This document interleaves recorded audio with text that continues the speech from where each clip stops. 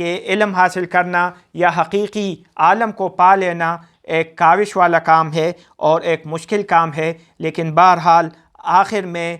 خیر اعلیٰ کو پایا جا سکتا ہے۔ اس کے بعد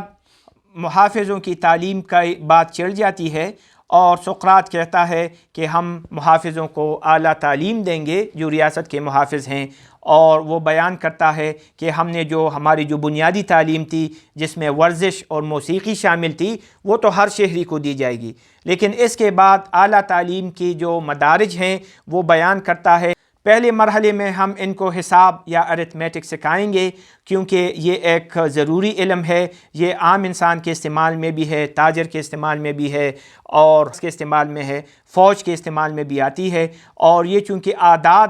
کا کھیل ہے اور اعداد کا تدارک صرف عقل اور خیال میں ہو سکتا ہے، چونکہ سقراط تصوراتی دنیا کا بہت زیادہ قائل ہے، تو وہ اس وجہ سے اعداد کو بہت فوقیت دیتا ہے کہ اعداد تو ایز اٹ از ہمیں نظر نہیں آتے، ہم اس کو صرف تصور کر سکتے ہیں، اور بہت زیادہ استعمال ہے اور بہت مفید استعمال ہے۔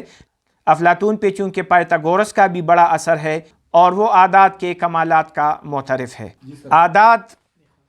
چونکہ صرف فکر و خیال میں آنے والی چیزیں ہیں، اور سقراط یہ دعویٰ کرتا ہے کہ جو لوگ حساب یا ارتھمیٹک جانتے ہیں وہ تیز اور ذہین ہوتے ہیں، اور وہ کسی اور بات کو سمجھنے میں بڑے تیز واقع ہوتے ہیں۔ سقراط دوسرا علم ہندسہ یا جیومیٹری کا بیان کرتا ہے، اور کہتا ہے کہ ہم اپنے فلاسفرز کو جیومیٹری کی تعلیم دیں گے، اور جیومیٹری جو ہے چونکہ یہ فوجی بھی استعمال کرتے ہیں، جنگوں میں جیومیٹری کا بہت زیادہ استعمال ہے، بلکہ آج کل کے جو راکٹس اور میزائلز وغیرہ ہیں اس سے تو جیومیٹری کا استعمال اور بھی بڑھ گیا ہے، اس زمانے میں بھی تھا۔ جیومیٹری کا علم روح کو صداقت کی طرف کھینچتی ہے، اور سقراط کہتا ہے کہ جیومیٹری کو صرف دنیاوی امور حل کرنے کے لیے نہیں سیکھنا چاہیے، بلکہ اس کو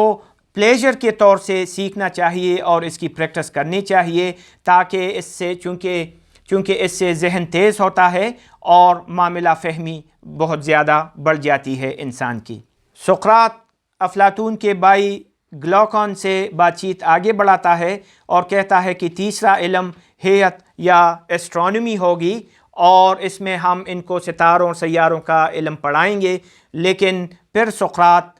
جو ہے وہ رک جاتا ہے اور کہتا ہے کہ نہیں، اس علم سے پہلے ہم ان کو اشکال کا علم بیان کریں گے، کیونکہ ستارے مومنٹ کرتے ہیں، گھومتے ہیں، اور سقراط حرکت سے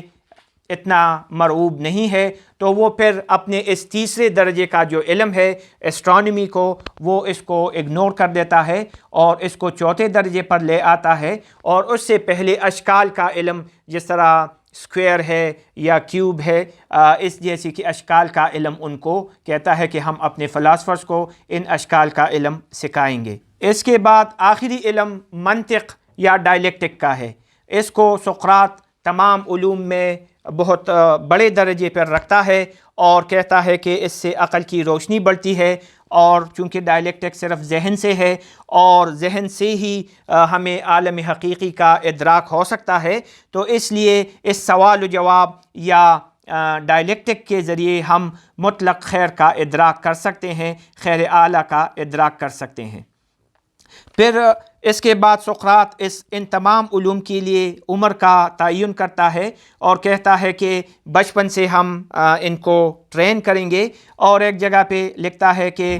بچوں کو یہ تعلیم غیر جبریہ طریقے سے پڑھائی جائے، یعنی کہ ان پہ جبر نہ کیا جائے، زبردستی نہ کیا جائے، کیونکہ آزاد آدمی غلامی میں کوئی چیز نہیں سیکھ سکتا، یہ تفریح کے لیے ان کو سکھایا جائے۔ ایک جگہ پہ سقراط لکھتا ہے کہ بچوں کو میدان جنگ بھی لے جاؤ تاکہ ان کے منہ کو خون لگ جائے، ان کو اتنا قریب لے جاؤ خون خرابے کے کہ یہ جنگ کو دیکھ لیں، اگرچہ یہ ایک بڑا عجیب سی صورتحال ہوگی۔ بہرحال افلاطون نے اپنی اس کتاب میں بچوں کو جنگ دکھانے کا بھی کہا ہے۔ محافظ کی جو عمر ہے، اس کی تعلیم کے لیے جو عمر مقرر کی گئی ہے، تو یہ کہتا ہے کہ جب ورزش کا پیریڈ ختم ہو جائے جو 18 سال ہے تو اس کے بعد 2-3 سال کا اس میں وقفہ رکھا جائے گا، اور کہتا ہے کہ نیند بھی انسان کی صحت کے لیے اتنی ہی ضروری ہے جتنی کہ جمناسٹک ہے، تو شاید یہ وقفہ اس کو آرام کے لیے دیا گیا ہے۔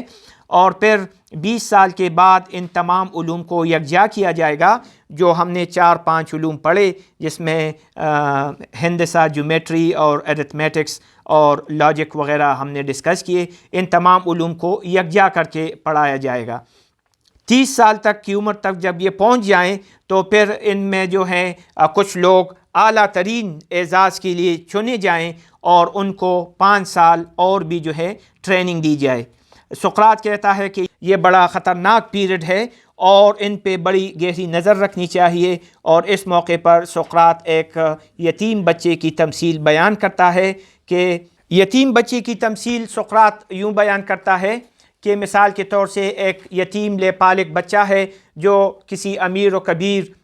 والدین کی پرورش میں ہے، اور بہت سے لوگ اس کے ارد گرد گھومتے پھرتے ہیں اور اس کی خوشامد کرتے ہیں۔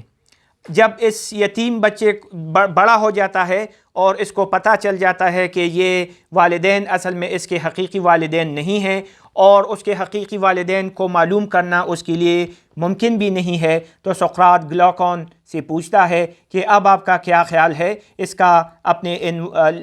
جنہوں نے لیپالک رکھا ہے ان والدین کے بارے میں اس کا کیا خیال ہوگا؟ تو گلاکون کہتا ہے کہ وہ ان کو اب یتیم کے ذہن میں ان والدین کے لیے وہ تعظیم نہیں رہے گی، بلکہ وہ اپنے دیگر جو اس کے چاپلوس لوگ تھے ان کی باتوں میں وہ آ جائے گا اور ان کے ساتھ اس کا اٹھنا بیٹھنا شروع ہو جائے گا۔